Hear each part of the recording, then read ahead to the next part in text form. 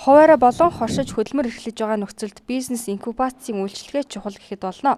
Орон нутагт хамгийн сүүлд бизнес инкубаторын төвд Орногоо аймагт орон нутгийн санхүүжилт болох 60 сая төгрөгөөр байгуулагдаад байна.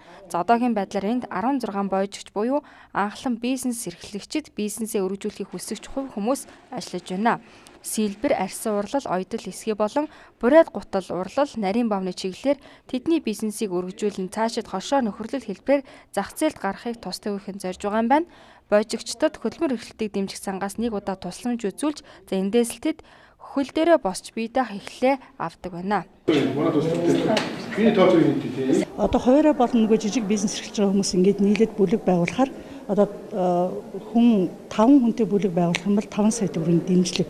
Гэхдээ энэ хүмүүс урд нь ямар нэгэн дэмжих сангийн зээл юм уу те хамрагдаж байгаагүй, хөтөлбөрт хамрагдаж байгаагүй тийм ээ ийм хүмүүс байдаг. Ялангуяа энд бол ажил олоход хүндрэлтэй иргэдүүд их хамрагддаг. Тушнаас дээш насны эмэгтэйчүүд гэх мэтлэн те 10-аас дээш хүнтэй болохоор нөгөө нөхрөл хошоо байгуулад хуулийн этгээд болоод тэгэнгүүт энэ нөхрөл хошоо бид нар 10 сая төгрөгөөр дэмжиж одоо санхүүгийн дэмжлэгүүд гаргадаг. Тэгэхээр энэ хүмүүс бол үндсэндээ одоо нөгөө эргэлтийн мөнгөтэй болж байгаа гэсэн. Тэгэхээр бид нар энэ дэмжлэгийг нь бол энэ хүмүүст олгоно. Яг л энэ хүмүүс анх удаа ирээд боожигч болж байгаа.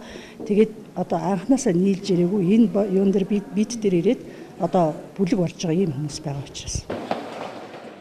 Өөрийн гэсэн байртай болгох нь энэ төвийнхний өмнө тулгамдсан гол асуудал жилийн нийт төсөв болох 60 сая төгрөгнийхээ 15 саяыг түрээсийн зардал төлж байгаа нь төвийн үр дүнтэй үйл ажиллагаанд хүндрэл учруулахаар байна.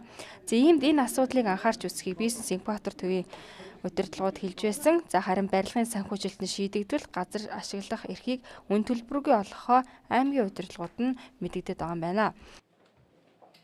Тиймээс Орногоо аймгийн хувьд бол хямдчилттай байна. Одоо энэ хүмүүс бол нөхрөл хошоо байгуулаад эсвэл одоо бүлэг байгуулаад санхүүгийн дэмжлэг аваад гарахад бол бэлэн болцсон байна.